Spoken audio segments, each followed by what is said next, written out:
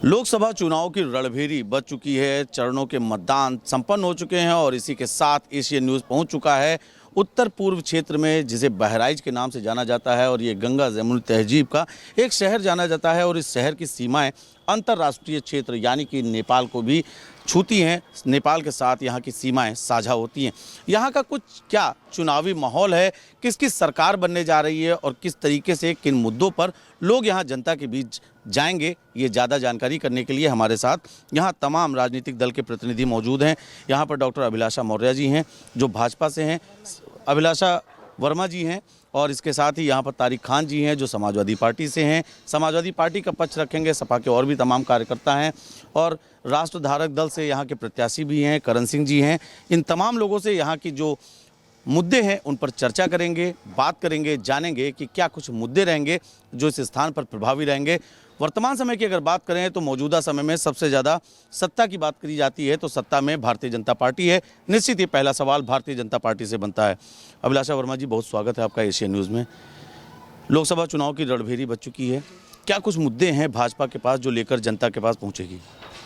हमारे पास बहुत सारे मुद्दे हैं। हमारे पास विकास का मुद्दा है और जो 4 स्तंभ होते हैं हमारे माननीय मोदी जी ने, जो हमारे 4 स्तंभ हैं, युवा शक्ति, महिला शक्ति, गरीब की शक्ति और किसान की शक्ति, चारों पे बहुत अच्छा काम किया है। हमने महिलाओं पे काम किया है क्योंकि बीजेपी के पहले आप देख सकते थे कि महिलाएं बाहर नहीं आ सकती थी, 7 बजता था और महिलाएं घर के अंदर होती थी। आज महिलाएं आगे बढ़ के पॉलिटिक्स में आ रही हैं। आपने देखा होगा कि जितनी भी हमारे हाई स्कूल इंटर के आपने रिजल्ट देखे उसमें बढ़ चढ़ के महिलाएं हिस्सा ले रही हैं। जॉब का रेशियो आपने देखा होगा महिलाओं में ज़्यादा बढ़ा हुआ है।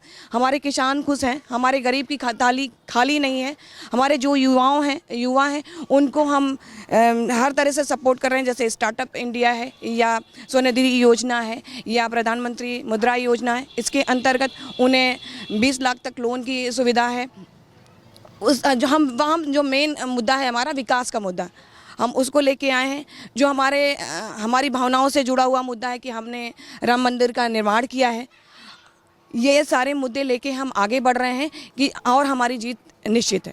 तो देखिए, भाजपा ने यहाँ पर अपने कामों को गिनाया है। इतना काम हो रहा है तो क्यों सपा विरोध कर रही है भाई भाजपा का?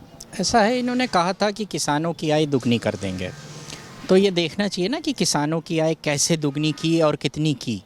अब हम क्या कह रहे हैं कि हमने इनके मैनिफेस्टो में किसानों के लिए क्या है ये इनको बताना चाहिए।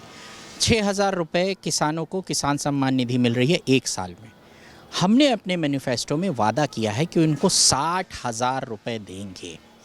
अब आप बताइए, शायद 6,000 ज़्यादा होता है और 60,000 कम होता है। मैं कम पढ़ा लिखा हूँ, स्कूल वगैरह गया नहीं, लेकिन फिर भी जनता कैलकुलेट करेगी क्या ज़्यादा है कम है।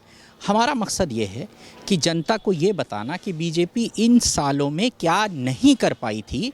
हमने उन चीज़ों को अपने मैनिफेस्टो में, जैसे केंद्र सरकार के ही 9 लाख पद खाली हैं और वैसे मिला लिया जाए तो 30 लाख पद खाली हैं, तो कांग्रेस ने भी, हमने भी अपने मैनिफेस्टो में कहा कि हम उन पदों को भरेंगे जो इतने टाइम से नहीं भरे गए। आपने एक पेपर नहीं आप करा पाते हैं जो लीक हो जाता है। बहरहाल, जो लोकल के मुद्दे हैं और केंद्र के मुद्दे हैं, इन सभी मुद्दों पे चुनाव लड़ा जा रहा है। हमने जातिगत जनगणना की बात की।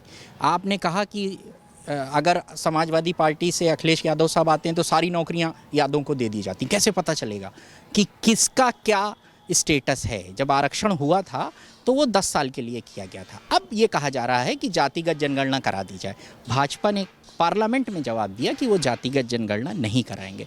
समाजवादी पार्टी ने इसको मुख्य मुद्दा बनाया है चुनाव में कि हम जातिगत जनगणना कराएंगे और सामाजिक न्याय करेंगे। सामाजिक न्याय का मतलब ये है कि लोहिया जी ने कहा था कि समाज में आर्थिक विषमताएं, गरीब होता जा रहा है और अमीर अमीर होता जा रहा है। इस गैप को कम करने के लिए समाज में तमाम तरीके के काम करने पड़ते हैं।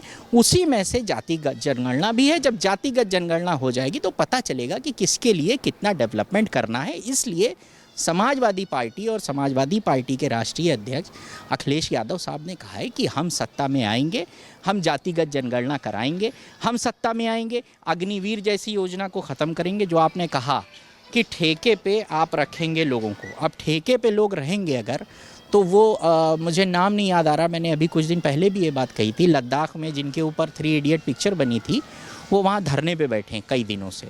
उनकी डिमांड क्या है? वो ये कह रहे हैं कि जो भारतीय सैनिक भारत की सेना में भर्ती हो रहे थे, वो कह रहे हैं कि क्योंकि अग्निवीर उनको टेम्परेरी बेसिस पर नौकरी दे रही है, वो चाइना की फ़ौज ज्वाइन कर लेंगे। ये छोटी बात नहीं है, ये छोटी बात नहीं है, ये गंभीर मुद्दा है।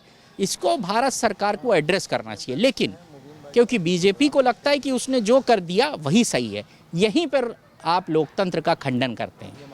जो आपने किया वही सही नहीं है। जनता सब कुछ देख रही है और विपक्ष की भूमिका समाजवादी पार्टी और कांग्रेस पार्टी निभा रही है। जनता को जाकर ये बता रही है कि किन किन मुद्दों पर बीजेपी फेल रही है। बाकी की भूमिका यहाँ पर समाजवादी पार्टी और कांग्रेस निभा रही है, भाजपा ने अपना पक्ष रखा है। यहाँ पर बहराइच की अगर बात की जाए तो बहराइच में अगर देखा जाए तो स्थानीय मुद्दे ज़्यादा प्रभावी रहते हैं। एक सभासद महोदय हमारे साथ हैं, उनसे पूछेंगे कि क्या उनको कुछ कमियां, क्या कुछ खामियां नज़र आती हैं। सभासद जी, बहुत बहुत स्वागत है। बहुत देर से इंतजार कर रहे हैं अपनी बारी का, क्या कुछ कहना चाहेंगे? जैसा कि अभी हमारी डॉक्टर साहिबा ने बताया, जो भारतीय जनता पार्टी की प्रतिनिधि के रूप में यहाँ पर मौजूद हैं, जैसे कि इन्होंने किसान, युवा और लोन के संबंध में बताया कि सरकार हमारी लोन दे करके लोगों को रोज़गार से जोड़ने का काम कर रही है। देखिए, लोन तो ऐसे लोगों को मिल रहा है जो पहले से मजबूत लोग हैं, जो आर्थिक रूप से मजबूत हैं, उनको ये सरकार और मजबूत कर रही है। भाई, अगर आप गरीब को लोन दे रहे हैं तो आप देखिए 10,000 रुपये का लोन दे रहे हैं, उससे ज़्यादा नहीं दे पा रहे हैं। अगर भाई आप बताइए 10,000 रुपये में किसका भला हो पाएगा? अगर किसी को व्यापार 10,000 रुपये कुछ नहीं होता। नहीं, 10,000 रुपये का अगर लोन दे भी रहे हैं, किसी गरीब को दे रहे हैं, बड़े को तो 20 लाख रुपए, 50 लाख रुपए, 1 करोड़, और उसमें 50% सब्सिडी भी। जो मैंने एक बात कहा ना कि भाई जो बड़ा है, प्रत्याशी हैं आप, प्रत्याशी हैं, आपका कहना है कि 10,000 रुपये बीजेपी दे रही है, इसका कोई मतलब नहीं, क्या कहना चाहेंगे?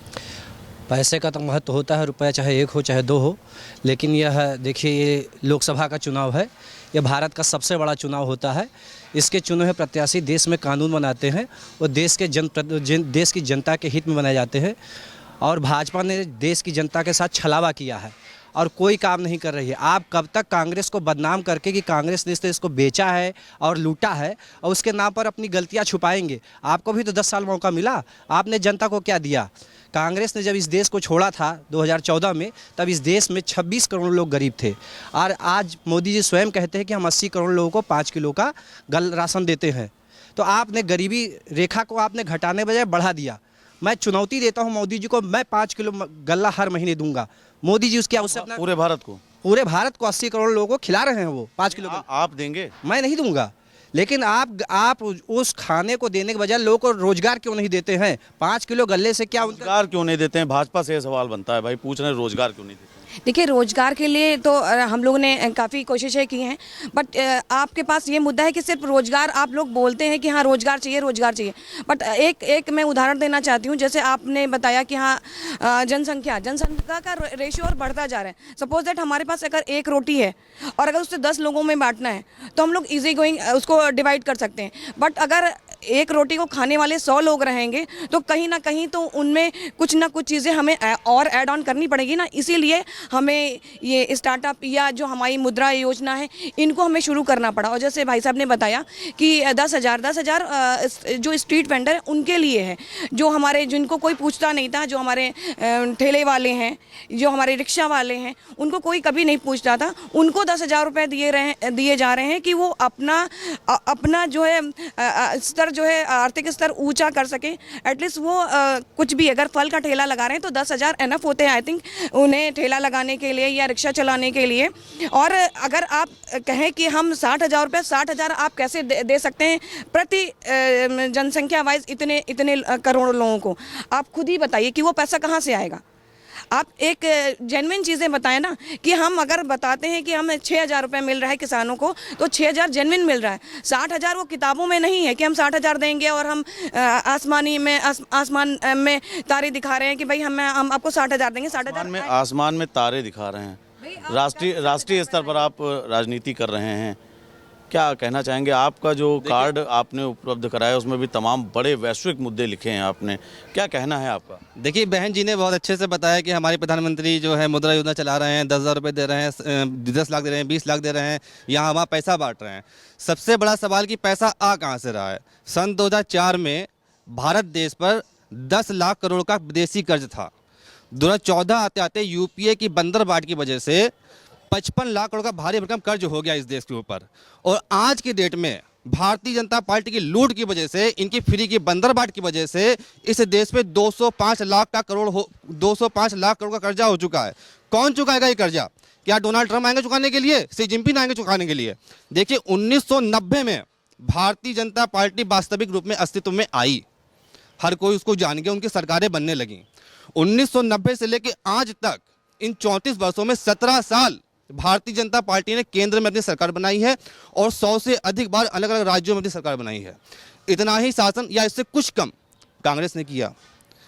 आज भी इस देश में घूसखोरी है, नशाखोरी है, मिलावटखोरी है, रिश्वतखोरी है, बेटियां सुरक्षित नहीं हैं, शिक्षा अत्यंत महंगी हो चुकी है, स्वास्थ्य सुविधाएं महंगी हो चुकी हैं, इस देश में लोग नशा एडिक्ट हो रहे हैं, ड्रग्स तस्करी हो रही है बड़े पैमाने पर। तो इन सबका जिम्मेदार कौन है? भाजपा कहती है कांग्रेस और कांग्रेस कहती है भाजपा। ये नूरा कुश्ती अब नहीं चलेगी। आप इसमें क्या सहयोग करेंगे? क्या आपकी क्या नीतियां रहेंगी? अब आप एक बड़ा आरोप लगा रहे हैं कि भाजपा भी कुछ नहीं कर पा रही, कांग्रेस भी कुछ नहीं कर पा रही। आप क्या आखिर अगर आपको मौका मिलता है, आपकी क्या रणनीति रहेगी? यही नूरा कुश्ती इन लोगों की है और ये देश को बेवकूफ़ बना रहे हैं। इसीलिए इस देश में अब तीसरे विकल्प का चयन शुरू हो गया है। राष्ट्र धारक दल का गठन भी इसीलिए हुआ है कि ताकि हम इस देश में अच्छी सुख सुविधाएं ला सकें। बहन जी ने जनसंख्या की बात करी, ये हमसे क्यों कहती है जनसंख्या की बात?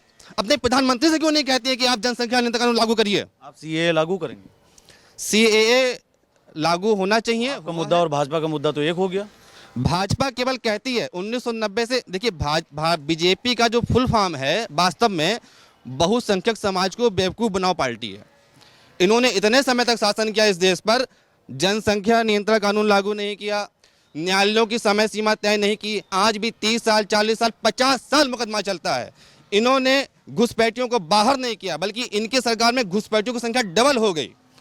इन्होंने जो है मतांतर विरोधी कानून लागू नहीं किया, बल्कि मतांतर। आपके आरोपों पे सपा से पूछ लेते हैं। मोदी जी कहते हैं सबका साथ सबका विकास, आप कह रहे हैं कि यहाँ पर बीजेपी का एक नया नाम दिया, कितना सहमत हैं आप?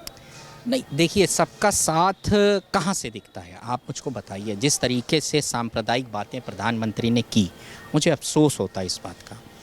आज तक जब नेहरू प्रधानमंत्री बने उसके बाद से आज तक प्रधानमंत्री के मुंह से ऐसी बातें नहीं सुनी गई कि मंचों से हिंदू मुसलमान किया जाए। और क्यों किया जा रहा है?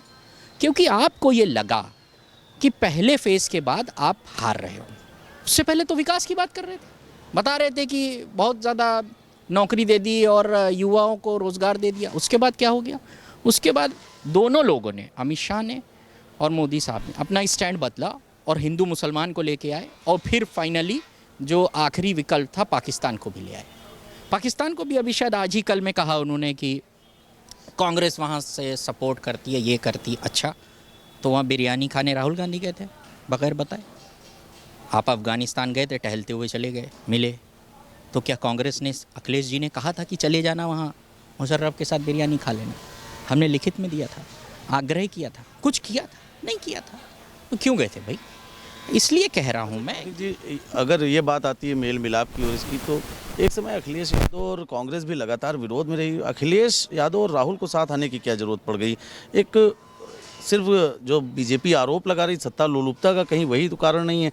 आखिर जब विचारधाराएं अलग थी, बातें अलग थे, मैनिफेस्टो अलग थे, साथ आने की क्या ज़रूरत पड़ गई? पीडीपी की और बीजेपी या पीडीए? पीडीपी कांग्रेस वहाँ वाली महबूबा मुफ्ती वाली बीजेपी के साथ गई। क्या विचारधारा मिलती है? ज़ीरो विचारधारा। हिंदुस्तान की राजनीति में 77 में सबसे पहले गठबंधन की केंद्र की सरकार में राजनीति शुरू होती है। ठीक, भारतीय जनसंघ, भारतीय जनता पार्टी की पेरेंट पार्टी अपनी पार्टी ख़त्म कर देती है, कहती है अब हम जनता पार्टी हैं। अटल बिहारी वाजपेयी 13 दिन 13 महीने 13 पार्टियाँ 28 पार्टियाँ 20 पार्टियाँ से मिलकर सरकार बनाते हैं। कभी चंद्रबाबू नायडू को पकड़ लेते हैं, कभी देवगौड़ा को पकड़ लेते हैं। यही देवगौड़ा जिन्होंने मुसलमानों को 4% रिजर्वेशन सबसे पहले दिया, आज साथ में है। जिनके पोते ने मास रेप किया, आज साथ में है। तो ये क्या विचारधारा एक थी क्या? सबकी विचारधाराएं अलग थी। तो जब आप आरोप लगाते हैं कि अलग अलग विपरीत दिशा के लोग साथ में आ गए, तो सिर्फ हम नहीं आए, हम आए, हम मानते हैं, परिस्थितियां ऐसी रहीं। जब 77 में आपने कहा इमरजेंसी लग गई, सब लोग साथ में आ जाओ, तो आपको पता है हमारी विचारधारा के लोग भी इनके साथ थे। किसके साथ थे? जनसंघ के साथ थे। क्यों? क्योंकि देश को लगा कि आज विपरीत परिस्थितियां हैं। आज अगर हमको लगता है कि हम लोगों को एक साथ हो जाना चाहिए, तो हम लोग पापी हो जाते हैं, अधर्मी हो जाते हैं, देशद्रोही हो जाते हैं और पाकिस्तानी समर्थक हो जाते हैं। कैसे भाई, ये कैसे हो जाता है? तो गठबंधन होता रहा है। आप हिंदुस्तान में इकलौता आदमी जिसने मुख्यमंत्री और प्रधानमंत्री को पता है क्या कहा? देश का झुट्टा, ये मेरे शब्द नहीं है, मैं बाद में बताता हूँ किसके शब्द हैं। देश का झुट्टा आदमी मोदी और प्रदेश का झुट्टा आदमी योगी। जानते किसने कहा? जानते किसने कहा? राजभर ने। ठीक, आज कहाँ है वो? कहाँ है? बीजेपी के साथ है ना। तो इसकी बात मत करिए कि किसने किसको उल्टा सीधा कहा। हमने कांग्रेस को तमाम जब वो रहा इमरजेंसी रहा, कुल मिलाकर अगर हम बात करें किसी एक राजनीतिक दल की नहीं, पूरे राजनीतिक तो मौका परस्ती जायज़ है। बड़े बड़े मुद्दों पे बात हो गई, बहराइच पहुंचे हैं, स्थानीय मुद्दे भी बड़े होते हैं। क्या स्थानीय क्या समस्याएं रहेंगी जिनको आप चाहते हैं कि जो सरकार बने वो पूरे करें? देखिए भाई साहब, जब से ये देश आज़ाद हुआ है, मैं एक आम जनता की हैसियत से बहराइच में ये बात करूंगा, जब से ये देश आज़ाद हुआ है, जनता सिर्फ ये चाहती है कि मेरा जो सांसद हो और मेरा जो जनप्रतिनिधि हो वो विकास करे, शिक्षा के ऊपर ध्यान दे, अच्छी मेडिकल सुविधा हो, कन्वेंस की अच्छी सुविधा हो, ट्रांसपोर्टेशन बढ़िया हो। देखिए बहराइच, मैं इन 4 बातों को मैंने कही, बहराइच कन्वेंस के मामले में बिल्कुल बेकार है। गोंडा का आदमी 50 रुपये में ट्रेन से गोंडा चला जाता है, लखनऊ चला जाता है। बहराइच का आदमी 200 रुपये 250 रुपये देता है, मालूम दे रहा है उसको गवर्नमेंट कहीं से सब्सिडी दे रही है। ठीक है, सबसे पहले तो भाई साहब यहाँ से केंद्रीय मंत्री रहे यहाँ के लोग, लेकिन उन्होंने आज तक बहराइच को जरवल लाइन से नहीं जोड़ा।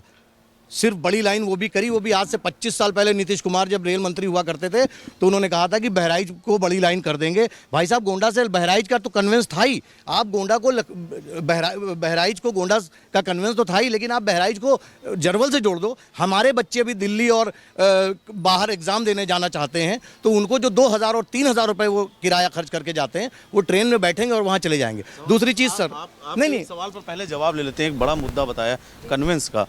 पिछली बार आप सरकार में रहे, इस बार फिर चुनाव है, ये इतना बड़ा मुद्दा नहीं है कि आपने बताया कि हाँ हमारे पास कन्वेंस आप पूछ सकते हैं। यहाँ पर हर आधे घंटे पे यहाँ से बहराइच से लखनऊ की गाड़ियाँ बसें आती हैं, एसी बसें जाती हैं।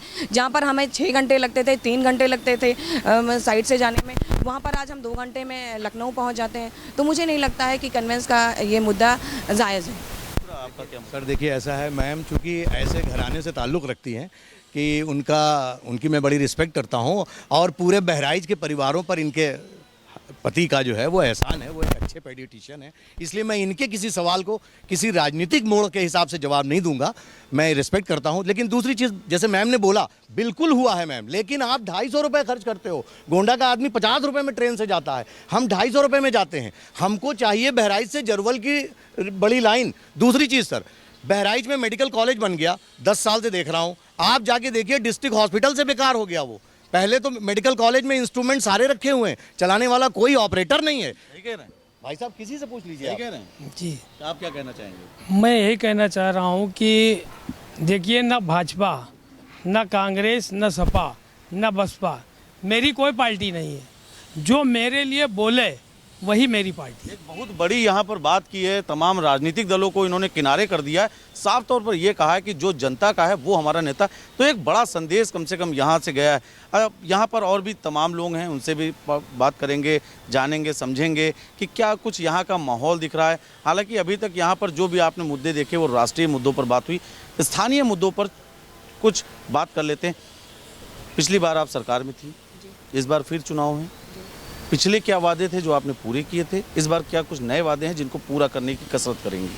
जी, जो हमारे पिछले वादे थे कि हमने कहा था कि हम प्रधानमंत्री आवास देंगे, हमने आवास दिए। 4 करोड़ हम दे चुके हैं और 3 करोड़ हमने वादे किए जो हमारे मैनिफेस्टो में हैं, वो हम 3 करोड़ और आवास देंगे। इज्जत घर हम और देंगे, जो हमने इज्जत घर बनाए।